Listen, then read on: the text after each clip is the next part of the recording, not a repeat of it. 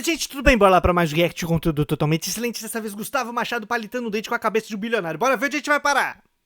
O pai do capitalismo, em termos acadêmicos, é o Adam Smith. Todo mundo que estuda, um dos pais do capitalismo, né, daquela obra Riqueza das Nações. E o argumento dele nessa obra é que a mão invisível, só estou fazendo um comentário, a mão invisível seria a ação da mão invisível possibilitaria. Ele não estava argumentando a favor de milionários ou bilionários. Estava argumentando a favor de produzir o máximo de riqueza para uma nação. Eu não sei a qualificação desse camarada, além de ser bilionário. Parece que o nome dele é Farcuri e aparentemente ele é alfabetizado, pôde ler A Riqueza das Nações, ou ao menos sabe o título. Também avisa pra gente que está fazendo um comentário enquanto ele faz um comentário, o que me faz pensar se é uma autorreflexão, se ele se perdeu no meio do pensamento, ou se é uma grande reunião dos neurônios, né, dentro do seu cérebro para decidir qual é a próxima sinapse mais viável. E aí quando eles percebem que eles cometeram um erro, eles voltam e tentam corrigir. Bom, não sei qual das opções. De todo modo, me parece que o pessoal aí do podcast que fica convidando o Gustavo Machado do Orientação Marxista para debater precisa melhorar um pouquinho o grau dos interlocutores. Também recomendo muito que vocês estudem Adam Smith e percebam que ele não é o pai do capitalismo. Ele é um dos pioneiros em estabelecer, não o único, mas um dos principais pioneiros em estabelecer uma ciência que tentasse explicar os mecanismos econômicos da sociedade na qual ele estava envolvido, na qual ele estava participando, na qual ele é vigente a seu tempo. Como funciona esse modo de produzir? Como funciona essa sociedade? E aí ele tenta buscar algo interessante, que acho que é uma de suas grandes contribuições, que é o fundamento do valor. Como que a gente sabe, valoriza as coisas, como esses valores circulam, qual é o seu fundamento básico. E ele apresenta pra gente aí os primeiros passos de uma teoria do valor-trabalho. Então não é só o mecanismo da mão invisível, porque o que fundamenta os valores que serão regulados para o Adam Smith pela mão invisível é o trabalho. Por que eu destaco isso? Porque liberal gosta de esquecer essa parte, especialmente depois do final do século XIX, quando eles perceberam que a teoria do valor-trabalho fortalecia bastante a organização dos trabalhadores. Né? Não sei se vocês já pensaram sobre isso, mas é importante ter essa informação. Conhecer um pouquinho da história do pensamento econômico, o que estava acontecendo, o que estava rolando, por que eles se apegaram tanto à lei da mão invisível, né? Da oferta e da demanda, que magicamente fazem as coisas acontecer, e esqueceram da teoria do valor-trabalho. Combinar as duas coisas ajuda a pensar melhor, mas tudo bem, só um comentário. Se você gosta do tipo de trabalho que a gente faz por aqui, não esquece de curtir esse vídeo, comentar, pegar, já espalhar a palavra por aí e dar uma olhadinha na descrição desse vídeo, porque aqui você pode encontrar maneiras de apoiar o meu trampo, seja ali fazendo os cursos que a gente oferta na Hotmart, seja ali na campanha do Apoia-se, seja na chave do Pix, porque vai que tá sobrando uma merreca aí antes de você se endividar e ficar aí nas mãos da mão invisível. É só um comentário, novamente. Vamos lá.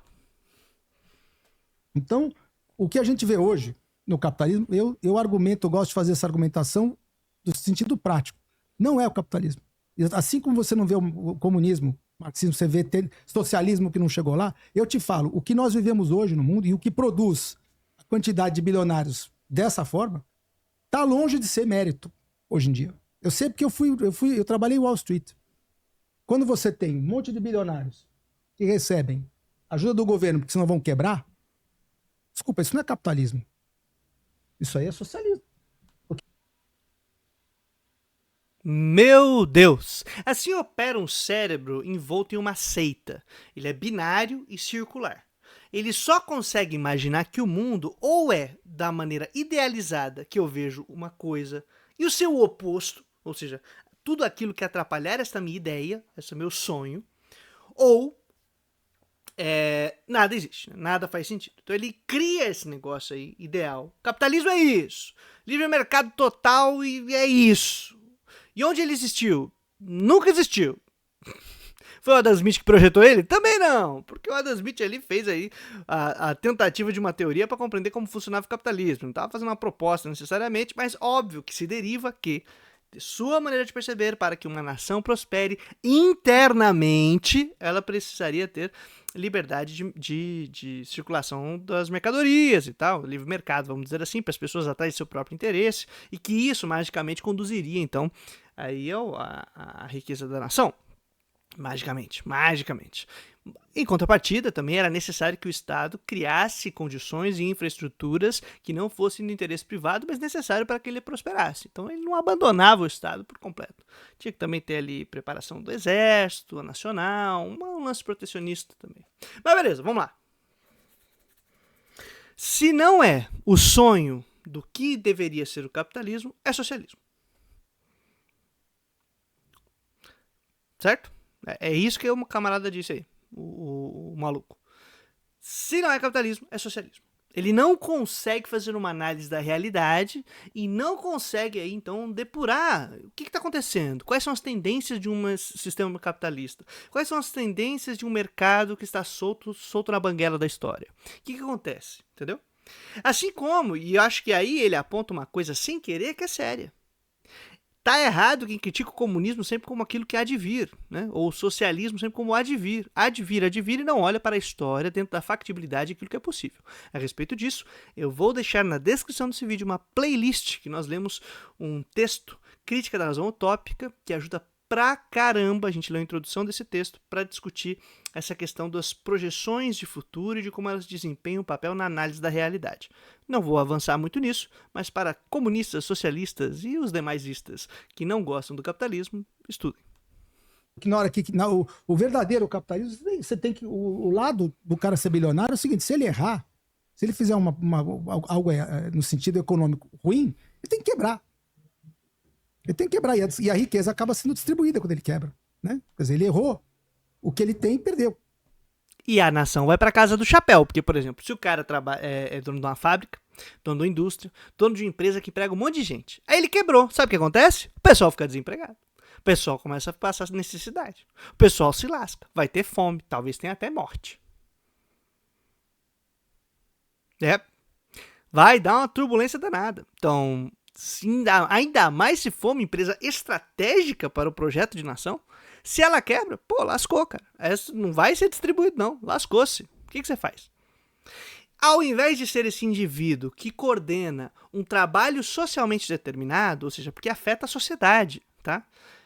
Essa quebra de um investidor não é que ele se lasca sozinho, ele leva uma galera junto. Dentro do capitalismo, todo mundo se lasca, porque o trabalho é uma divisão social complexa de trabalho. Então, se é social, ela tem que ser socialmente planejada, visualizando os impactos, os efeitos, como a gente remedia, no que a gente investe, como investe, e não ser guiada pelos interesses e da aposta individual de um camarada porque deu vontade dele arriscar. Arriscou não só o dele, mas uma porrada de gente que não tinha opção do que fazer e era só empregado, só tinha o próprio corpo para vender em troca de salário e se lasca junto por causa da decisão do idiota. Então, se socializasse, a gente teria um melhor manejo dos riscos e dos efeitos do risco que deu errado. Então, o excesso digamos assim, o que está acontecendo atualmente no capitalismo atual do mundo é que ele não é capitalismo do jeito que foi desenhado há muito tempo. Você tem... Quando Deus te desenhou, capitalismo, ele não estava legal não, estava sofrendo bastante. Quem desenhou o capitalismo? Não desenhou, querido. Aí que tá, é um processo histórico que é percebido depois de constituído. Aí o Adam Smith, lá no século XVIII, vai olhar para trás e falar: olha, funciona o esquema aqui e talvez tenha vindo dali. Mas ninguém tinha desenhado. Inclusive, se alguém tivesse, seria o design desinteligente, né? A gente tem que começar aí e pensar sobre isso também. Cartéis, você tem... do lado monetário, nós vamos concordar com muita coisa disso aí. Porque eu não vejo no sistema econômico atual o capitalismo do jeito que ele foi escrito, idealizado. Não é idealizado não, porque ele foi na verdade descrito, era o que já existia. Mas isso mudou. Sim, porque na história as coisas mudam.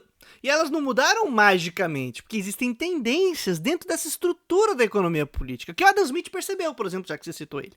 E depois a galera foi seguindo e compreendendo cada vez melhor. Davi Ricardo, Marx. Aí depois o pessoal que queria gerir o capitalismo, sabendo como ele funciona, e começa a criar os esquemas de protecionismo para o desenvolvimento industrial, tipo o que os Estados Unidos fez, saca?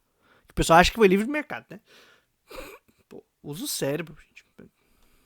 respeito das tentativas, né, de você colocar, por exemplo, você implantar o comunismo, né, que desenvolveu várias evoluções com o socialismo que acabaram não implantando, o grupo globalista conseguiu, através da sociedade fabiana, uma maneira de implantar o socialismo quietinho, através das finanças, através da criação do Fed, quer dizer, eu falo das finanças. Então hoje... Fed é o Banco Central dos Estados Unidos. Federal Economic Reserve Board, é isso, né? Eu já não lembro o nome. O Fed, é isso. Estados Unidos.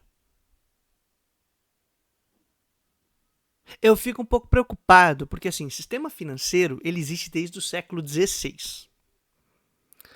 Talvez você esteja falando, que é o esforço dos meus neurônios para comunicar com os seus. Tá? Eu não sei se os seus ainda estão na reunião, querido bilionário, mas tentando compreender o que você está falando, fazendo um esforço considerável, porque nós somos benevolentes e queremos entender o que você está dizendo.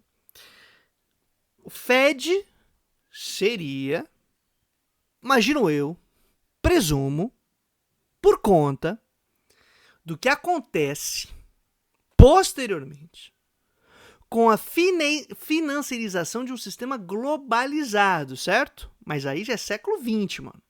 É agora, recente. A deturpação do capitalismo foi agora.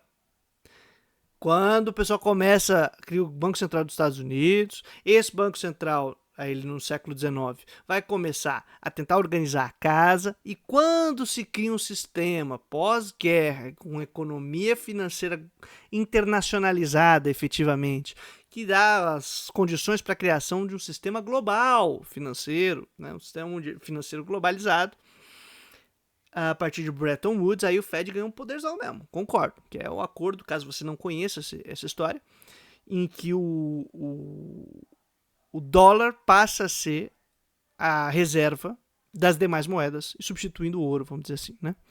E aí é uma vantagem para quem então emite dólar, que no caso o Banco Central dos Estados Unidos, o Fed. Mas veja que para chegar aí tem uma puta de uma história para contar, porque o Fed foi fundado no século XIX, existe sistema financeiro desde o século XVI, e esse sistema financeiro internacionalizado, baseado no dólar, é agora pós-guerra, pós-grande guerra ali nos anos 40 e 50. Então, é difícil acompanhar a reunião dos neurônios aí. Os governos estão todos escravos do sistema monetário, e o capitalismo hoje não é mais capitalismo, pelo menos desde 1913, e depois da Grande Depressão, os estados ficaram maiores, quase começaram a tomar muito lugar da iniciativa privada na economia. E o capitalismo que a gente vê hoje não é... Você tem muitos bilionários hoje que não seriam bilionários se não fosse dinheiro barato, ajuda do governo. E, aí, inicialmente, Mas desde que o mundo é mundo. Assim, se não fosse, meu amigo, subsídio estatal, protecionismo, incentivo à indústria nascente, meu irmão, não tinha bilionário. Não tinha mesmo. Capitalismo é isso. A questão é que houve uma transição do sistema produtivo real para o sistema de capital fictício aí, financeiro. Houve uma transição, porque o capital financeiro, especulativo, fictício, essa parada toda, garantiu, num curto espaço de tempo, aumento absurdo de taxa de lucro. Então foi uma boa fuga. Que aí acarreta suas crises. Mas é capitalismo. Inclusive dá para perceber isso a partir derivando do próprio pensamento de Marx. Percebendo quais são os rumos do capital. Marx antecipava essa parada aí. Aliás, no canal do Gustavo, que ainda não apareceu, infelizmente, mas o Gustavo, da Orientação Marxista, tem um curso lá de leitura do Capital muito massa. E eu acho que ele tem um vídeo, posso estar equivocado, mas eu acho que ele tem um vídeo sobre a análise que Marx faz de capitalismo financeiro. Então, acho que se dá uma procuradinha lá na aba de pesquisa, dá pra achar. Tá? Se eu lembrar, eu tento colocar aqui na descrição também, porque é muito bom.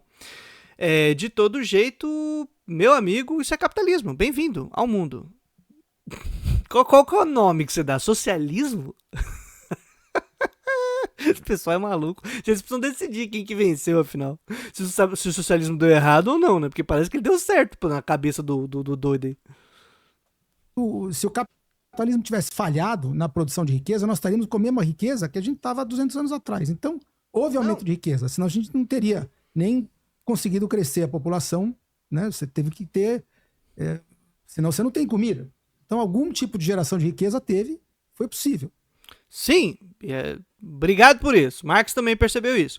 Grande, incrível capacidade da burguesia ao conseguir coordenar e articular os trabalhos, a divisão técnica do trabalho dentro das fábricas, das manufaturas, depois das indústrias, essa coisa toda, e depois a organização da divisão social do trabalho de maneira complexa, coordenando essa divisão para aumentar ainda mais a produtividade. Olha que incrível, teve ganho de produtividade, produziu pra caceta. Sim, isso aí... Começou a ler Marx, você vai ver isso aí, um grande elogio. No Manifesto Comunista você já vai ver. Não precisa nem ler o livrão lá do Capital, não. Lê o livrinho. Você já vai ver isso aí. Um elogio a essa capacidade da burguesia de fazer isso. Se está tendo geração de riqueza hoje, eu acho que cada vez menos. Está tendo concentração. Porque quando você imprime dinheiro e você fornece para os amigos, eu falo para você, eu fui de Wall Street, mas eu não concordo do jeito que eles fazem. Eu vi quebradeira lá. Eu vi gente com mérito sendo passada para trás e bilionários sendo favorecidos. Sem mérito nenhum. Mas o mérito era um componente do capitalismo? Fui surpreendido, porque desde o início nunca foi. Como é que teve acumulação de riqueza para ter o capitalismo aí que você está idolatrando? Como é que foi? Me conta a história. Foi por mérito? Então, eu concordo que o mérito hoje tá fora da equação hoje. E você consegue, com o mérito fora da equação, você produz mesmo a quantidade de bilionários que não devia ser. Agora, que não devia existir, que na forma de enxergar, eles não têm. Eles têm cartéis, têm ajuda. Agora, é inegável que o estímulo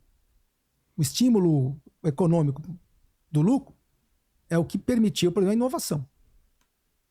Né? Quer dizer, a inovação, a maioria das inovações que renderam, elas... o sujeito pensa, vou inovar, né? Eu preciso inovar, preciso aumentar a produtividade. Agora, por que... Você sabe que entra nessa equação também projeto nacional, né? Disputa entre nações por tomar a dianteira dentro do mercado mundial, né? Que não é só por lucro, envolve poder. Se você lesse a Riqueza das Nações do Adam Smith, você ia perceber, camarada, que é um livro de pura economia e pura política. Por isso que é um livro de economia política, porque não se desmembra uma coisa da outra. Há um projeto, a disputa de projetos de nação e maneiras de tentar fazer com que sua nação seja vencedora sobre as demais, certo? É uma tentativa aí, faz uma parte da disputa da brincadeira.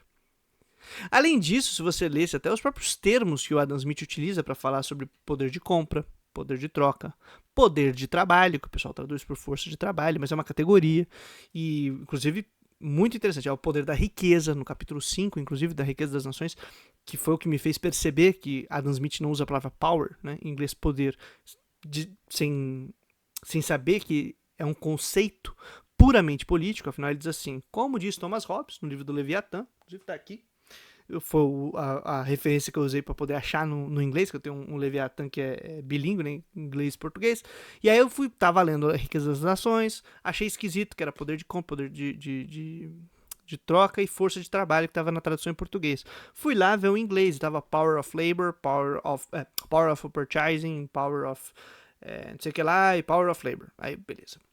Fiquei curioso. E aí no capítulo 5 fala do Power of Richness.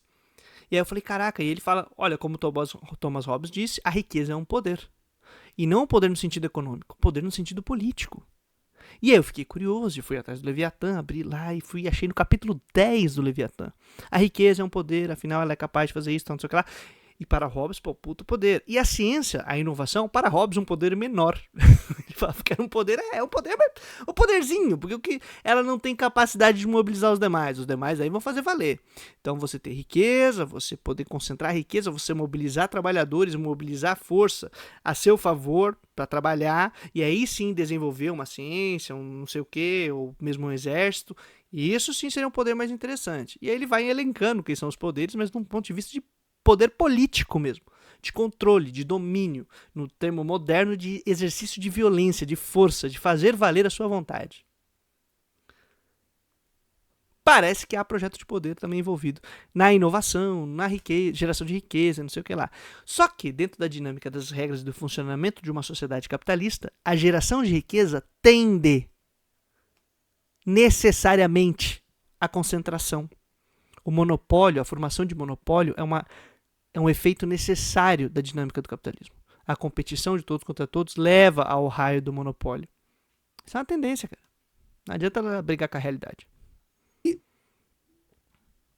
O resultado do capitalismo não é a riqueza de uma nação, hoje. Por que o capitalismo produz hoje? O resultado dele não é a riqueza de uma nação, como ele foi, por exemplo, como ele trouxe a riqueza no século XIX. Para mim...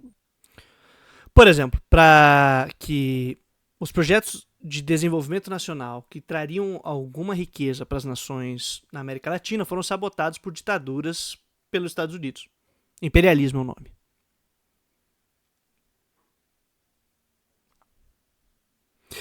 Quando tem algum projeto de relativa autonomia popular que dê alguma liberdade, é sabotado. É tratado como inimigo, adversário, a ser derrubado. O desenvolvimento da riqueza das nações europeias e dos Estados Unidos durante o século XVIII, XIX e XX se deu à base de protecionismo, espionagem industrial, incentivo e subsídio a indústrias emergentes ou indústrias nascentes. Assim, pesado. Beleza? E você criar patentes e tentar bloquear que os outros venham aqui roubar o que você fez. E aí, para isso, precisava do Estado, trabalhando duro também. Aliança entre as burguesias nacionais e os Estados.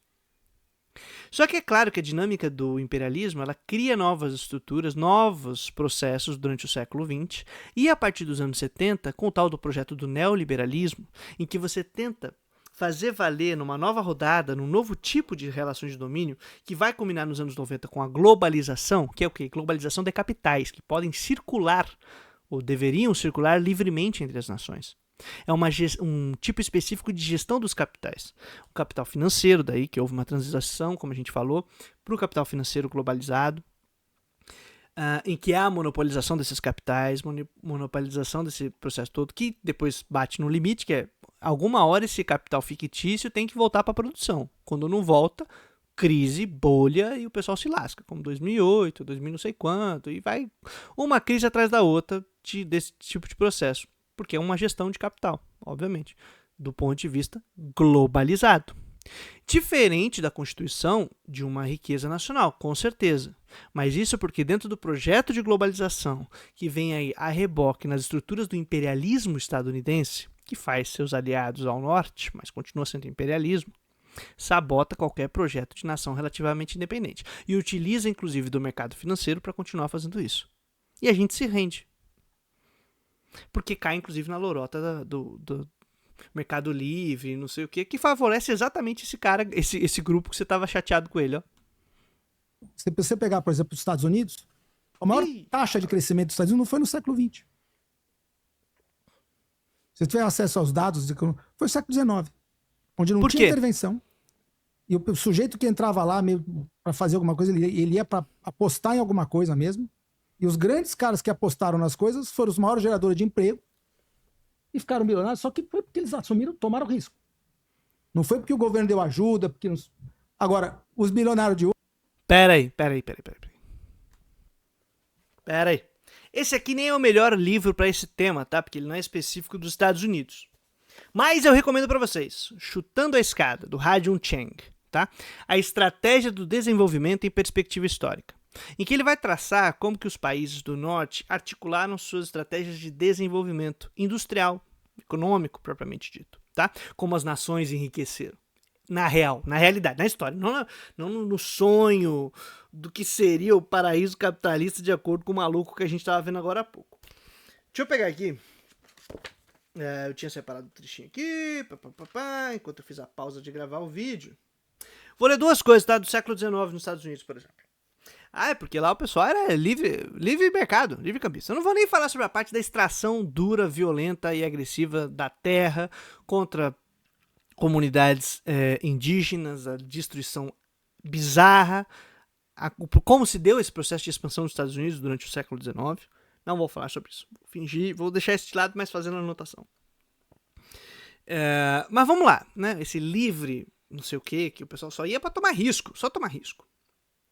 Depois da Guerra de Secessão, tá? Nos Estados Unidos, a vitória de Lincoln nas eleições presidenciais de 1860 teria sido muito difícil, ou até mesmo impossível, se os estados campeões do protecionismo, como a Pensilvânia e a Nova Jersey, não tivessem virado bandeira passando a apoiar o Partido Republicano, que na campanha eleitoral prometia manter o forte protecionismo contra o quê? A pressão externa e os produtos externos, por exemplo, do Reino Unido, com quem eles tinham se tornado libertos, entre aspas, né? Se libertaram da metrópole, a colônia livre agora, mas a metrópole pregava o quê? Livre mercado. Então você não pode ter barreira protecionista aí e nem ficar incentivando sua indústria nacional não, viu? Ou você acha que a Inglaterra queria que o pessoal incentivasse a indústria nacional? Claro que não, sabotava. E aí o pessoal do Sul, que era agrário, que subsidiava com produtos de matéria-prima as indústrias da Grã-Bretanha, queria o quê? Queria continuar dependente, porque eles estavam se beneficiando da burguesia de lá. E no norte, não, o pessoal queria se libertar porque não estava financiando nada. E aí tem uma disputa para o surgimento de industriais que financiam e que apoiam uma burguesia nacional estadunidense, a partir do norte, que ganha e implementa leis protecionistas. Olha que curioso. É bom a gente estudar. Faz bem, né? Tal promessa, né, de manter um forte protecionismo, foi redigida com deliberada ambiguidade a fim de tranquilizar os livre-cambistas do partido, mas foi implementada. Ao mesmo tempo, o programa não deixava de ser aceitável para os estados protecionistas, uma vez que Lincoln era tido como o verdadeiro protecionista azul, que, quando eleito, reacederia o espírito da promessa. No início da carreira política, Lincoln foi um dos principais protecionistas linha dura do partido Whig e um seguidor entusiasta do carismático Henry Clay. Este advogava o sistema americano, que consistia na proteção à indústria nascente, que nos termos de Henry Clay era proteção às indústrias nacionais. Proteção às indústrias nacionais. E no investimento em infraestrutura, aperfeiçoamento interno. Isso aí, acho que o Adam Smith falava isso aí também, hein? Dica pra você, camarada. Lê lá. Visão que Lincoln aderiu plenamente em oposição ao sistema britânico de livre comércio. Óbvio, porque o sistema do Reino Unido sabotava os outros países porque eles eram uma metrópole. Então, essa história de livre comércio, minha gente, é livre comércio enquanto me beneficia, inclusive enquanto nação. Embora tenha sido obrigado a omitir a maioria dos assuntos controversos, inclusive na questão das tarifas, para manter unido um partido jovem e diversificado durante a campanha, ele não deixou de dar mostras inequívocas da fé no protecionismo, sempre que se fez necessário. E eu vou pular para um outro trecho aqui, peraí. Se liga. Só depois da Segunda Guerra Mundial, os Estados Unidos, com sua incontestável supremacia industrial, que foi desenvolvida com incentivo, tá? Com subsídio. E com proteção das indústrias nacionais. Finalmente liberaram o comércio e passaram a pregar o livre comércio. Quem diria que depois que eles se tornaram o centro do mercado mundial, eles iam querer que ninguém mais criasse barreira protecionista e nem incentivasse sua própria indústria. Entretanto, cabe observar que nunca praticaram o livre comércio no mesmo grau que a Grã-Bretanha em seu período livre-cambista, porque a Grã-Bretanha ainda assumiu o risco mais, hein? Os Estados Unidos menos. Nunca tiveram um regime de tarifa zero como o Reino Unido e eram muito mais agressivos no uso de medidas de protecionismo oculto. Essas incluem controles voluntários de exportação, imposição de cotas sobre têxteis e vestuário, a proteção e os subsídios à agricultura e sanções comerciais unilaterais. Gente, isso aqui é subsídio à agricultura, sanção comercial. Toda essa dinâmica se mantém nos Estados Unidos. Se manteve, não tem nada de livre comércio não, minha gente. Essa galera aí tem projeto de desenvolvimento e fica financiando, fazendo as loucuras deles lá, pô. E o cara que acha que é o... Mas vamos lá, porque eu ainda tenho que falar do século XIX, que é a parte que ele falou, os Estados Unidos mais cresceram no século XIX. Por que será? Em contraste com a atitude da geração anterior, representada pelo já mencionado trabalho do Norte, atualmente os historiadores econômicos norte-americanos, sempre muito reticentes em dizer coisas positivas sobre o assunto, tendem cada vez mais a reconhecer a importância do protecionismo. É porque, lógico, ideologicamente eles não podem dizer isso, eles têm que falar que é a América livre, não sei o quê. Pelo menos parece haver consenso quanto a que a proteção tarifária é crucial para o desenvolvimento de certas indústrias-chave. Tal como a têxtil no início do século XIX, a do ferro e do aço na segunda metade do mesmo século. Embora alguns comentaristas duvidem de que o efeito do protecionismo tenha sido positivo para a prosperidade geral da nação, o crescimento recorde dos Estados Unidos no período do protecionismo faz que esse ceticismo pareça demasiado cauteloso, senão descaradamente tendencioso. Byron, que é um autor, salienta que, durante todo o século XIX e até a década de 1920, a economia dos Estados Unidos foi a que mais rapidamente cresceu no mundo, conquanto tenha sido a mais protecionista em quase todo o período. Eu vou repetir. A economia dos Estados Unidos foi a que mais rapidamente cresceu no mundo, tal qual disse nosso camarada bilionário aqui. Conquanto tenha sido a mais protecionista em quase todo o período. No entanto, não há evidência de que a significativa redução do protecionismo da economia norte-americana entre 1846 e 1861 tenha causado um impacto visivelmente positivo no desenvolvimento do país. Porque durante o século XIX teve um período de 20 anos aí que parece que diminuiu um pouco o protecionismo, mas depois com Lincoln voltou o protecionismo. E quando volta o protecionismo, ainda melhora as condições, quem diria? E todos aquele negócio lá, incentivo e subsídio à indústria nascente, proteção da indústria nascente, essa coisa toda. Curiosamente, os dois melhores 20 anos de performance do crescimento do PIB per capita no período de 1830 a 1910 foram 1870 a 1890, 1890 a 1910, ambos protecionismo particularmente intenso. É difícil acreditar que essa associação entre o grau de protecionismo e o crescimento generalizado tenha sido puramente acidental. E tem mais coisa, mas eu vou parar aqui porque não é vídeo de leitura. Mas a gente precisa ver como esses malucos são canalha, mentiroso, piruleibe, e acreditam no conto de fadas. Eles não estão falando a real. Então, jovem que cai nessas paradas. Se liga, tio. Vamos sofrer mais um pouco. Hoje, quantos deles hoje são empreendedores mesmo, são apostadores, estão fazendo... Ou quantos são amigos do rei? E ser amigo do rei é aquela coisa, é como se você já tivesse uma economia socialista disfarçada de capitalismo. Não, amigo do rei é monarquia. E eu acho que você tá ligado com os movimentos monarquistas. Então eu repensaria aí a sua metáfora. Eu ouvi falar que você é uma pessoa ligada aí com um pessoal meio monarquista. Então, os amigos do rei, se for um problema, o problema não é do socialismo, o problema é da monarquia. Porque você tem, principalmente através do sistema financeiro. Isso eu vi. Parabéns. Então, eu não consigo discordar de você no sentido de que tem bilionários que não deviam ser. Porque são apadrinhados, porque são principalmente o sistema financeiro. Que é um sistema que foi criado pelos globalistas, pela criação do Fed, você já deve ter estudado. E o Fed, inclusive, ajudou a fundar o comunismo, a Revolução Bolchevique, teve colaboração financeira de banqueiros. Isso, depois eu vou te passar as referências. O Guilherme Freire. Estamos precisando das referências, cara. Passa as referências pra gente, porque pelo que eu me lembro, teve investimento, teve uma grana que chegou para financiar baderna, como funciona até hoje. Você joga aquele dinheirinho pra um grupinho de revoltado aqui, o outro pro outro. Os dois grupos que estavam brigando lá no Guerra Civil foram financiados pelo Fed. Que não é financiado, né?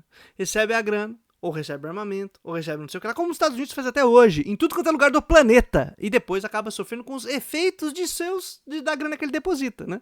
Ele põe lá e, por exemplo, preparou um determinado cara para ser o antissoviético no Afeganistão, que depois foi o mesmo cara que meio que pegou os aviões lá com os camaradas dele e fez um negócio lá.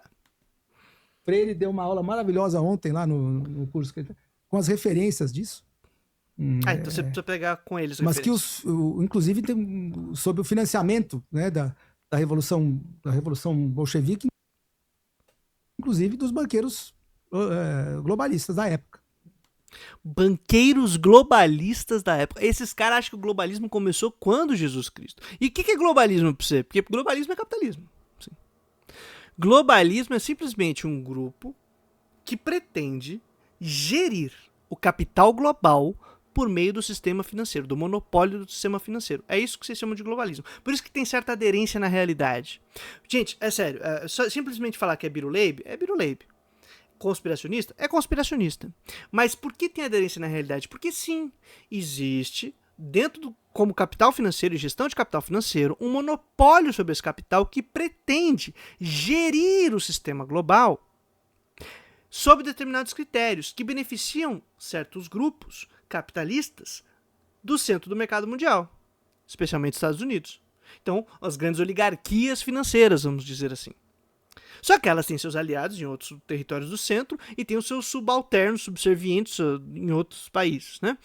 E essa dinâmica faz com que haja um conflito dentro dos Estados Unidos entre capitais. Como há conflito de capital desde que o mundo é mundo. O capital industrial entra em conflito com o capital financeiro, que entra em conflito com o capital comercial.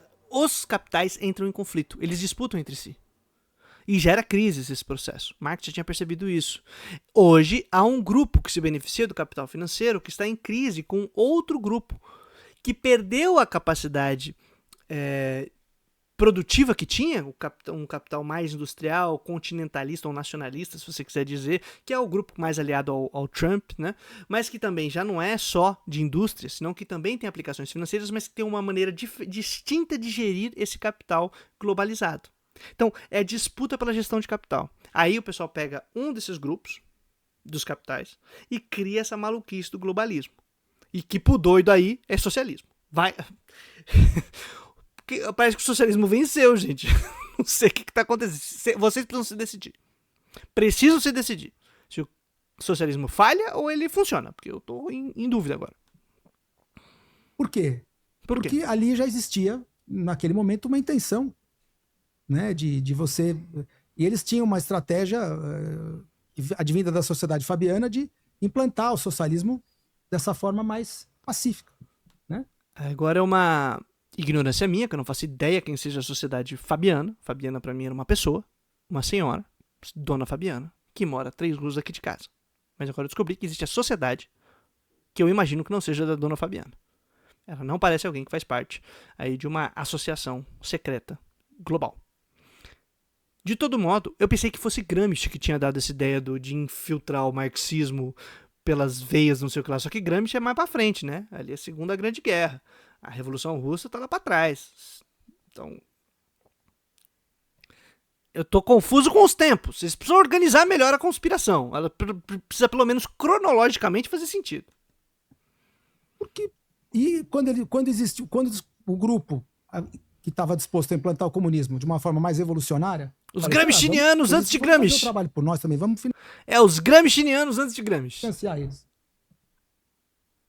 E eu acho que os últimos 6 ou 7 anos da vida de Karl Marx ele passou em Londres, né? Foi morrer em Londres, se eu não me engano. Sim. Então, assim, tinha uma proximidade ali com a elite fabiana da época. Então, eu acho que não consigo discordar que os bilionários de hoje não são a mesma coisa que os bilionários da época onde não tinha esse sistema financeiro que hoje domina o mundo. E ele que impede, por exemplo, que a riqueza seja melhor distribuída. Não são porque os bilionários de 100 anos atrás já estão mortos, mas são outros bilionários hoje. É a única conexão que eu sou capaz de fazer. O resto eu não faço ideia do que você está falando. Quando você produz moeda, onde é que cria Marx moeda entrou aí? e cria inflação, o que você faz? Está roubando a riqueza. Até do trabalhador, que tem menos possibilidade de se defender. A taxa de inflação hoje é uma forma de roubo. Então, assim, o meu ponto é, do jeito que a economia funciona hoje, com A voz do com, Buffett, finalmente. com o sistema financeiro, moeda lastreada em nada, que ela pode ser multiplicada à vontade, você piorou aquilo que normalmente seria distribuído. Por exemplo, o bilionário que erra. Meu Deus do céu, realmente, os neurônios eles se reúnem e eles estão complicados. Eles citaram Marx e falou: acho que foi um péssimo caminho. Abortar a missão, vamos para outro rumo. Fala da inflação, mas como isso se conecta com Marx? Não sei, mas desvia essa sinapse. Muda pra lá, para de falar de Marx. Se falar de Marx a gente se lasca. Combinado, fechou, câmbio. Mudou, foi pra inflação. Agora como é que a gente volta pro tema pra finalizar nosso raciocínio? Não sei. Então deixa ele falando sílabas desconexas. Tá bom. Ele quebra, faz uma aposta errada ou quebra. Aquilo já é automaticamente. Quando você tem na história da economia, por exemplo, do século XIX, você tinha várias pequenas empresas que cresciam e quebravam, aí distribuía. Abria outra, crescia e quebrava. Então, existia, dentro dessa liberdade econômica do capitalismo, você tinha troca de dinheiro das mãos. Né? Você tinha acabado o que vocês chamam de distribuição de renda. Hoje isso quase não acontece. Você tem distribuição só de um lado. Você tem impressão de dinheiro, a distribuição de renda vai para a mão de quem tem acesso ao dinheiro primeiro. Maluco, peraí! Ai, meu Deus! É muita loucura, é muito desvio. Ele realmente está perdido. Esse moço está perdido.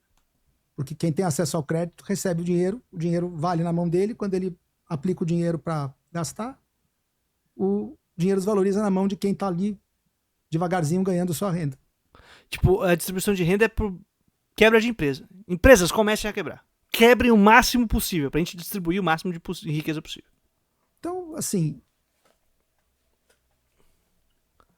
Só uma perguntinha. Valeu, Gustavo. Dizer que... Finalmente a gente vai ouvir alguma coisa sensata. Que até agora esse final foram sílabas desconexas. Esse negócio de Marx, os 6, 7 últimos anos da vida em Londres, só pra me entender. Não, que ele passou um período da vida dele em Londres e parece que ele morreu lá, né? Sim, e? Ele não tinha ligação e nem financiamento de certas sociedades londrinas? Não entendi. O fato de ter passado um tempo em Londres, é só pra me entender mesmo. Não, depois Londres é a central financeira da época, dos globalistas, dos banqueiros, dos fabianos, era lá. Sim. E quem seria o financiado? O movimento marxista. O movimento marxista financiou o Marx? Não. Mas, Gustavo, agora há pouco, os Gramscianos, antes de Gramsci, já estavam fazendo o marxismo cultural, cara? Pô, o marxista trabalhar antes de ser marxista é fácil. Já aí é uma antecipação, pessoal visionário. Os marxistas, que não eram marxistas ainda, mas eram quase marxistas, porque eles seriam marxistas no futuro, financiavam Marx. O movimento marxista ele nasceu antes de Marx. Só Marx não sabia. E nem a gente. E assim, eu moro em São Paulo. A Faria Lima está em São Paulo. Isso significa que daqui a 100 anos, caso, porventura, um acidente histórico me coloque na boca de alguém falando o meu nome, vai dizer, mas ele morava em São Paulo. E lá era Faria Lima. Alguém financiou ele. Joguei. Mas ele morava no Capão Redondo. Linha Lilás. Conecta com o trem. Dá pra chegar ali de trem. Pega linha Lilás até Santo Amaro. Depois ele vai lá, pega a linha Diamante e vai. A linha Esmeralda e vai, perdão. Ele pega a linha Esmeralda, segue, desce ali. Pode ir pra Berrini, Faria Lima. Negócio todo. Fácil acesso. O pessoal ia lá na casa dele entregar o financiamento. O Marx foi financiado pelos banqueiros globalistas. Baseado em? Eles financiavam, como eles financiaram a Revolução Bolchevique depois. Sim, mas não entendi. Só pelo fato de que ele morou lá nos 6 anos? Não, depois, no final da vida dele. Ele tinha proximidade com eles, morou... Tinha proximidade e era financiado por... Tá. Mas isso não é objeto de debate, mas você quer falar? Algum neurônio puxou o freio. Olha, tem um botão lá que você puxa e é que nem o metrô. Você puxa aquela alavanca, parada de emergência. Não é objeto do debate. imediatamente, todo mundo desesperado, as sílabas desconexas deu errado, não era pra falar disso, puta, que tema errado, oh meu Deus, agora já era, entregamos de bandeja pro nosso adversário. Deixa eu só falar uma coisa. Você quer um. Vocês viram o sorriso de quem sabe que venceu? Peraí, deixa eu ver se consigo voltar aqui. Pois no final da vida dele. Ele tinha proximidade com eles, tinha proximidade e era financiado por... Mas isso não é o objeto de debate, mas... Deixa eu só falar uma coisa. Olha o sorriso de satisfação de quem pensa. Ai, vou tratorar mais uma vez. Não sei que hora é do dia, mas é um momento propício pra janta. Esse é o sorriso de satisfação de alguém que sabe que você vai se alimentar bem. Sabe aí que vai sair com uma excelente refeição, satisfeito pra casa, de ter feito aí, tranquilamente, mais uma janta. Mas vamos ver se o Gustavo vai falar. Pelo que eu entendi aqui, o Chad vai aparecer, esse maluco aqui, mas não, vamos pular ele. Quero ver o Gustavo, pô. O primeiro ponto é o do globalismo.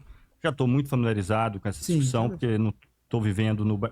O Brasil está vivendo em outro universo paralelo, mas eu estou no Brasil, a gente vivencia toda essa coisa, né? Quem dera Brasil Paralelo fosse apenas um aplicativo. Acompanhei o desenvolvimento. Vou ser bastante direto, assim. Para mim, o que você chama de globalismo é o capitalismo puro. No sentido de que o capitalismo, tal como se desenvolveu historicamente, e também como foi pensado pelos autores, né? Smith pensava o capitalismo, mas não como um projeto futuro, ele já se desenvolvia à sua vista e ele procurou pensar aquilo ali. Em 3 frases, você já falou. Então, o Adam Smith era um projeto. O Adam Smith era a tentativa de uma explicação. Aí já acabou o sonho capitalista, que imagina que em A Riqueza das Nações tem um grande projeto de sociedade. Culmina necessariamente numa sociedade, e claro que os caminhos podem ser mais rápidos, devagar, pode ter, enfim, inúmeros percursos a depender de vários fatores, mas ele sempre culmina em sociedades com capital fortemente centralizado e monopolizado. Por uma simples razão, na competição, quem tem o maior capital tem sempre vantagem. Mas Dica aqui de livrinho. Paul Baran e Paul Suisse. Monopólio. Capital monopolista?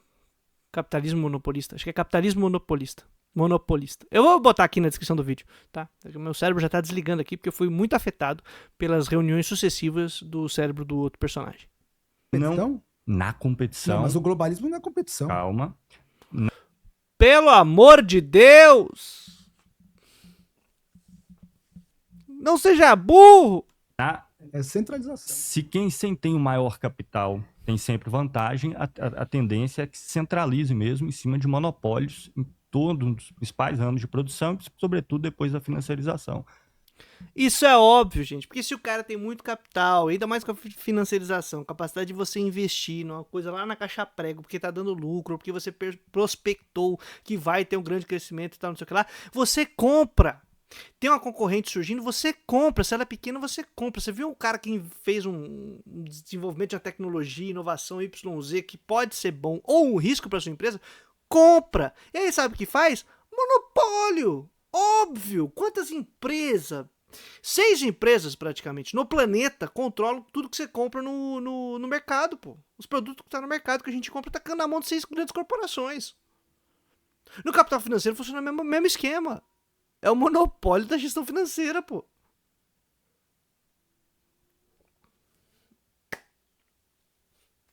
Efeito da competição capitalista. É o efeito de você botar no mercado para se autorregular. Dá nisso. É isso que o gênio ali não vai entender. E não vai entender, Gustavo, coitado. Tem uma missão em glória. Então, quem tem o maior capital, ele pode comprar as empresas que tiveram méritos, por assim dizer, conseguir desenvolver produtos que são diferenciados e etc. Eles têm capital para comprar aquela empresa. Esse capital serve, inclusive, para influenciar tanto outras empresas quanto os governos, os estados e etc. Então, você imaginar uma sociedade que é movida pelo capital, em que as empresas que permanecem... Mas o que é o capital, na sua definição? Capital... Essa interrupção durante uma explicação com uma pergunta aleatória que não tem a ver com o tema, é uma estratégia de debate, para você interromper a resposta do seu adversário. camarada usou cedo, né? Ele começou a falar, já tá... E o que é capital? E o que é não sei o que lá? E o que é... Isso aí eu chamo de estratégia mulus territus est. O burro tá assustado. Que o cara já sabe que vai perder. Então ele começa a dar coisa pra todo lado, começa a pular, começa a ficar maluco. Sacou? Mulus territus est, em latim. O burro tá assustado. O burro tá assustado e começou a coicear todo mundo aí, começa a gritar, começa a fazer pergunta aleatória, tentar interromper aí o caminhar tranquilo do outro passageiro aí, do outro camarada que tá andando tranquilamente aí pela via da argumentação e do debate. Mas eu acho que eu já cansei, e é gigante esse vídeo, para tentar ouvir um pouquinho de Gustavo. Fica a recomendação de acompanhar o trabalho do Gustavo.